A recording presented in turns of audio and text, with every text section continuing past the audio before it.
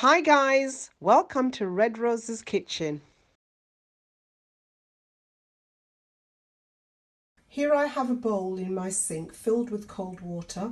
I put in my lamb steaks, pour in some vinegar, cut a few lemons, squeeze out the juice and leave the meat for a few minutes in order for all the grime and the gristle to float to the top. It will then be ready for me to marinate once I've poured off the water.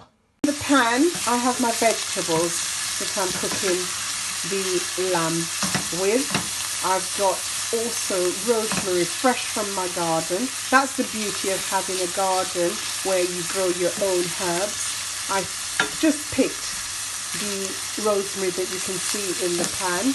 Look how fresh it looks. Look how beautiful and fresh my rosemary looks. Rosemary and lamb, they go hand in hand when cooking lamb. I have got a little bit of olive oil in the pan, and then I just put in my vegetables and my rosemary. I have actually put on the mixed herb with the honey. I've mixed that together with the honey, and I have put that onto my lamb and left it to marinate.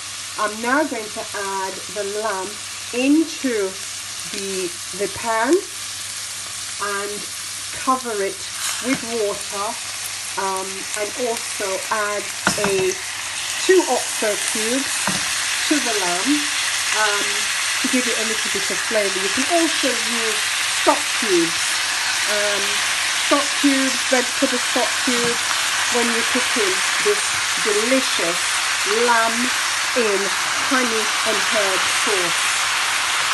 If you look over there, you can see my little bit of Scotch bonnet. I don't like my food being too hot, so I don't use a lot of Scotch bonnet pepper because it's very, very hot. As you can hear, the lamb is now cooking.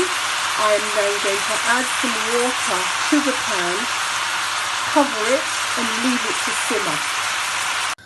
I have added the water to the pan.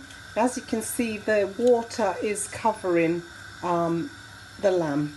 Just enough water to cover the lamb, and you leave it there to simmer, stew until the lamb is cooked. Normally I would give this about 1.5 hours for my lamb to cook. I have just put on some OXO cube. I'm now going to mix it in with the rest of the ingredients in the pan, and then I'm then going to cover the pan and leave this now to cook for 1.5 hours on a medium fire. So this is the lamb cooking. I've covered my pan and I'll leave it now to cook.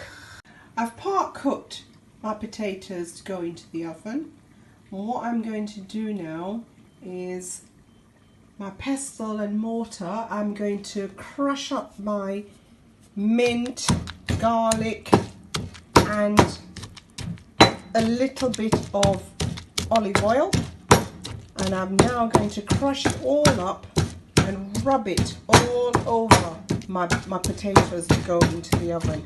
As you can see, I'm really crushing up the garlic and the mint.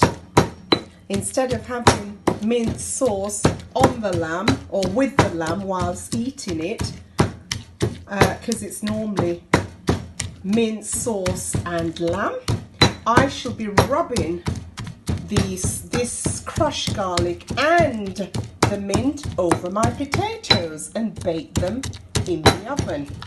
So there we have it, mint and garlic rubbed over potatoes to go into the oven. I crushed the mint and garlic and a little bit of olive oil, and then I've rubbed them over my part-boiled potatoes, and then I will then put them into the oven. I am going to add a little bit of olive oil in the baking tin and then put in the oven. Look at the beautiful lamb steaks in the honey and mixed herb sauce. The lamb is now cooked, and I'm now going to turn the fire off and get it ready to be served with my potatoes, roast potatoes and vegetables. My lamb steaks are now ready. My lamb steaks in honey and herb sauce. As you can see, finished meal, potatoes in mint sauce, and then you have the vegetable. My favorite vegetable is Savoy cabbage, broccoli, there's 2 types of broccoli there, and carrots. And the wine that I am having my meal with today, as you can see, there we go, Hardy's. And there's a glass of wine and my favorite to go with lamb, which is Rosemary. We shall be having apple crumble, and I will tell you how to make that shortly.